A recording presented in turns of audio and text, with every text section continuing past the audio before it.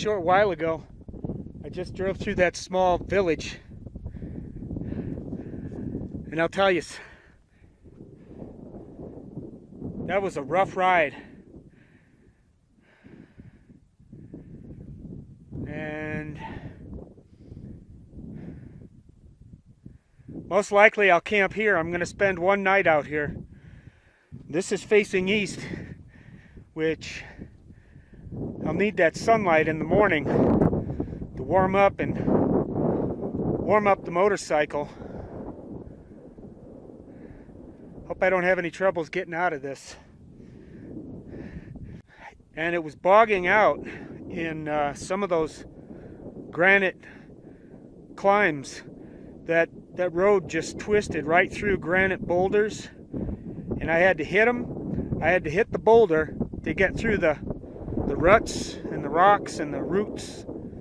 It was pretty rough going, and that gas throttle was pegged in first gear, and it was bogging out, almost like it was flooding out.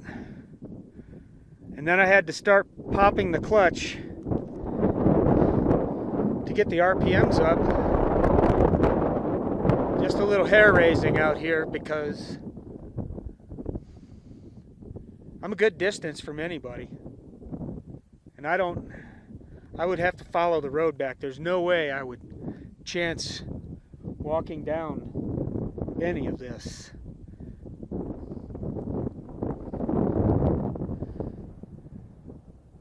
Well, I made it this far, and it just might be as far as I go. I have no desire to go to the top, continue on, just because I'm hitting that bike pretty hard. And one mishap, the chain breaks or sprocket breaks or something, and I'm screwed. So I think we're just going to call it a day right here.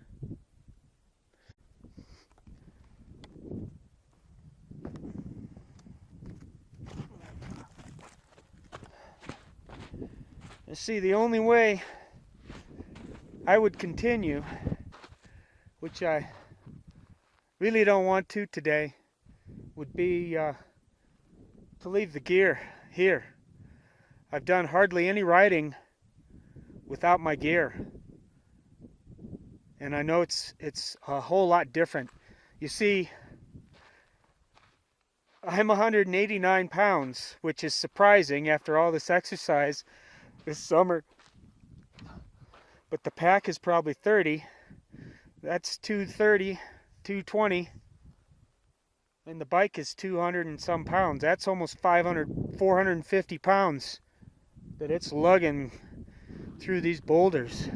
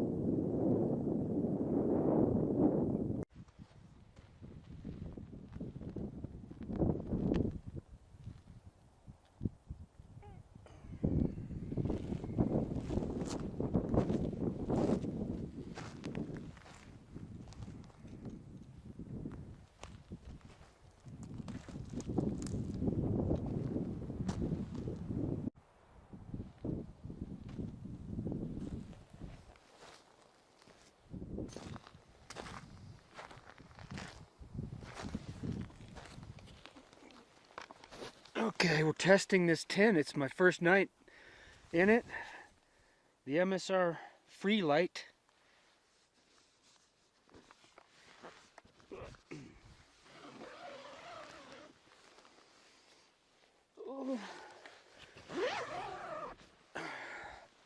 Okay.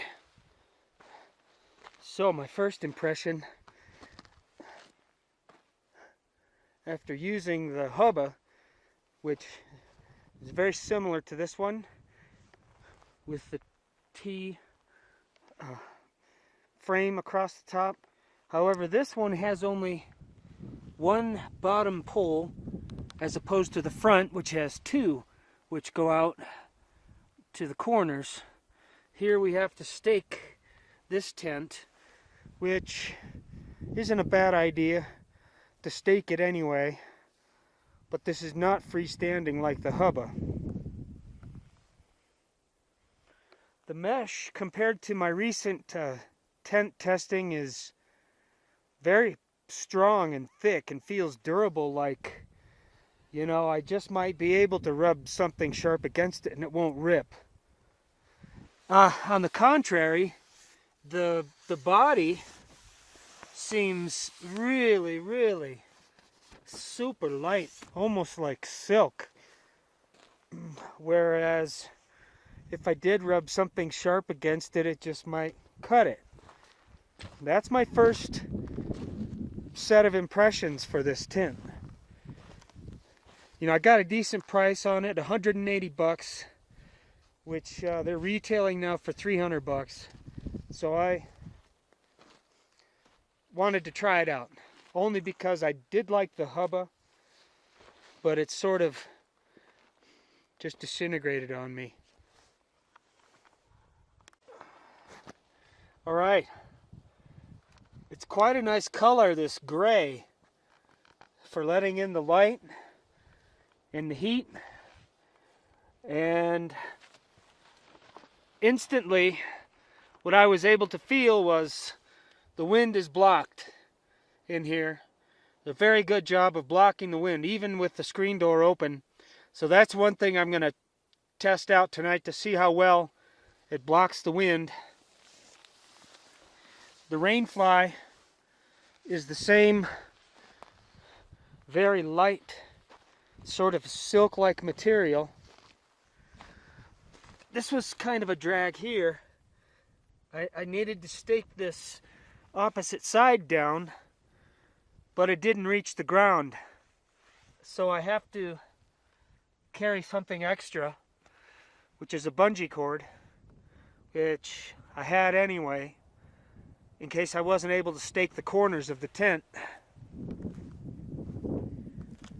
Now these, I don't particularly like to use the top guy out stake lines. I will, if it's required, if there's really serious gusty winds, which I experienced in the hubba. That thing was going like this, and I thought it was just going to blow around and blow away. But I don't like these dangling strings on here. You open them up and you sort of never get them back tight like they should be. Here's another. So there's 3 on top. Here's another one that could be staked out. I'll tighten these, which I can do now. There, that's nice. That helped a bit. Very lightweight tent, regardless of any flaws I'm pointing out. This is like 2 1/3 pounds, maybe less. So I can't complain about it being a very lightweight tent.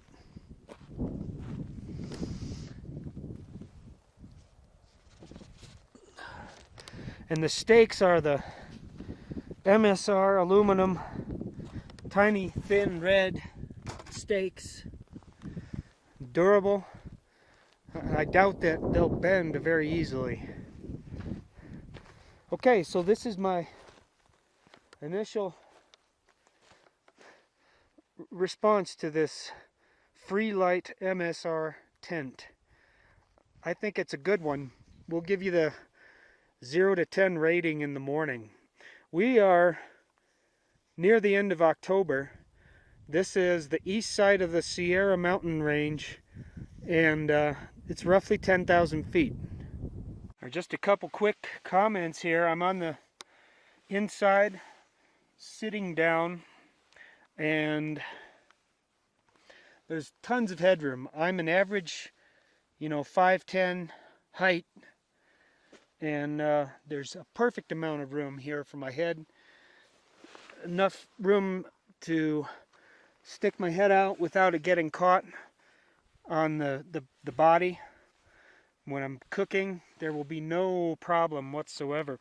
And again, this color is amazing for brightening up this zone in here. And it seems that there's enough width down here where I won't be cramped. Looks like there's plenty of room on the sides for any extra stuff I want to keep inside, and the vestibule is big. This right here might be a problem, the way it's sagging. Maybe the corner could be staked out better. Comparing this to the Stormbreak, the North Face, that I recently used for 7 days,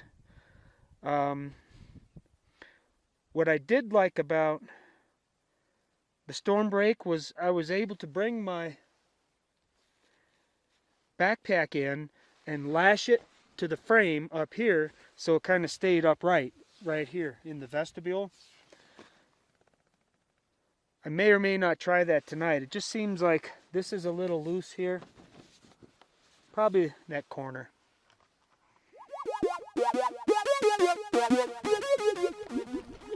Quite a nice sunny morning. Perfect morning. We're going to finish talking about the tent, and I really can't put a final answer on it just because I need to see how long it lasts. If it lasts me a year, it's a shitty tent, You invest your money into something that you want to last.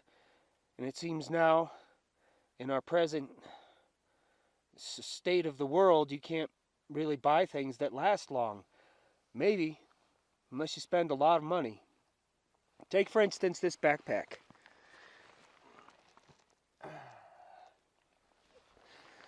I've had that backpack for probably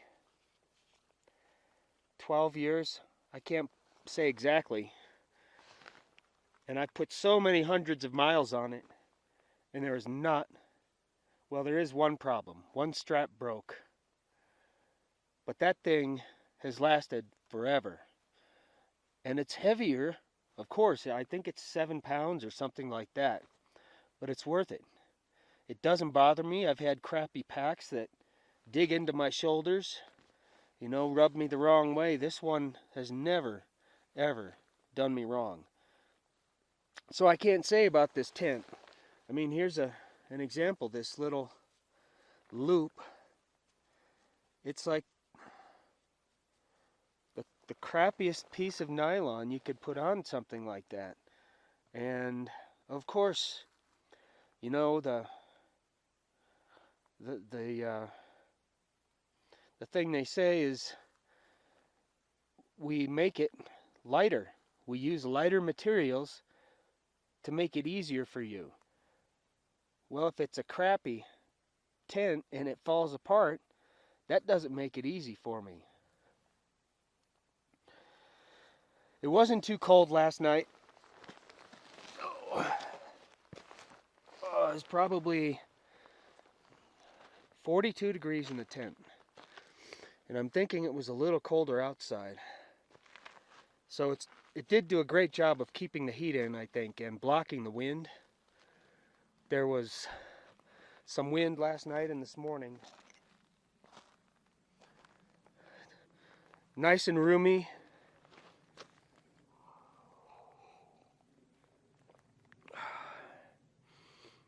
And yes, It is lightweight. So it's the ultimate backpacking tent. I wouldn't call it a survival tent because you spend 5 days in a storm and you're gonna know more about that tent than you'll ever want to know.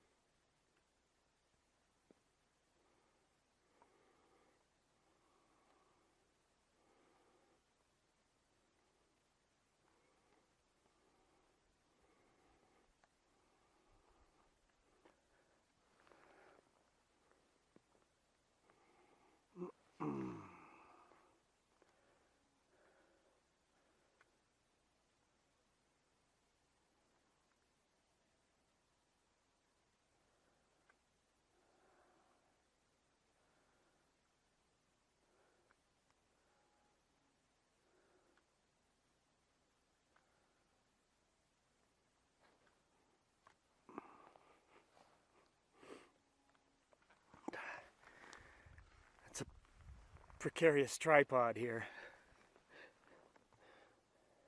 So this is the promontory where you can see it all.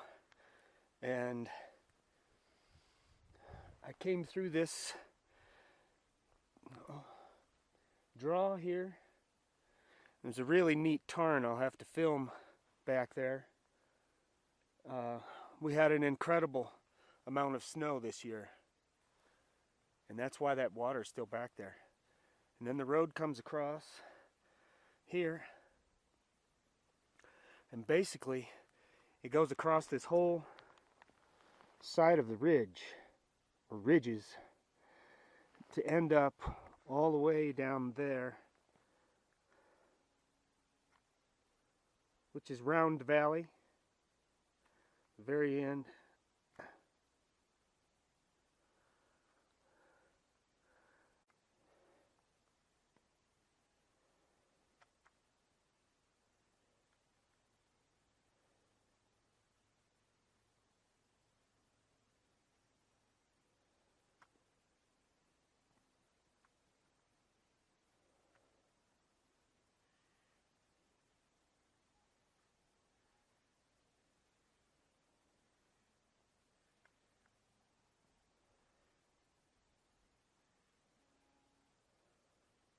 So I'm not going to be able to drive down this ridgeline road today. I have to be down back to work by noon. But I do have a good plan. Before the climb, the cutoff to get up here, there's some real nice forest, and there's a trickling stream and even a spring back there amongst the lodgepole and the granite boulders, massive granite boulders. I think I'm going to go there next time, make a base camp, explore the area, and then take a ride up on the motorcycle, but without my pack. You see, everywhere I've gone, I've had to have that pack on my back. There haven't been any leisure trips yet on that bike. And this is really some fragile terrain up here. Speaking of wildlife, it's the John Muir Wilderness, and there's not supposed to be any vehicle usage in wilderness areas. Yet there's this road here. Okay, yeah, there were mines back here and stuff years ago. I've got a feeling this road's going to get closed down, and it really should, because in that bowl where the tarn is, you can see they're just four-wheeling in circles around there. And that, you know, that's not the real problem. The real problem is the California bighorn sheep that want nothing to do with human presence. And so this whole stretch with the road going down it, they're not going to want to hang out here. Maybe unless it's snowed in and nobody comes up here. But it's a pretty incredible place. Most incredible to be able to drive up here and to be able to drive into a 10,000 foot stand of the lodgepole and granite boulders. And there's quite a bit of solitude because pretty rough going.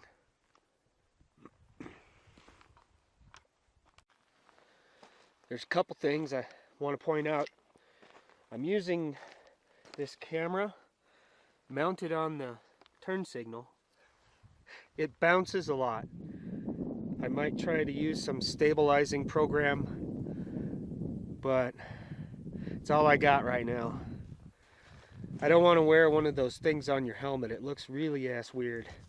And then I was thinking of putting one on my leg right here. It might bounce around too, but maybe not so much. And the thing is, I don't want to lose my concentration messing with cameras while I'm riding. This tent I would have used on that 7-day trip on the John Muir Trail. Absolutely would have rather had this one. It's a better shelter, I believe. It's warmer. And that's that. There is a new item that I'm using. I purchased a isopropyl alcohol stove. The legs fold out. These arms fold out. You fill it in this tiny hole until there's some standing in the bottom. And then you light it. And it boils this full, you know, probably within 10 minutes. And this is my fuel, and you know, this could be very easily another 2 days worth of fuel, maybe 3.5 ounces. It's amazing. It's an amazing backpacking item. The Vargo Titanium. $35. So I don't have to carry a big stove and a big fuel bottle. We're gonna head home.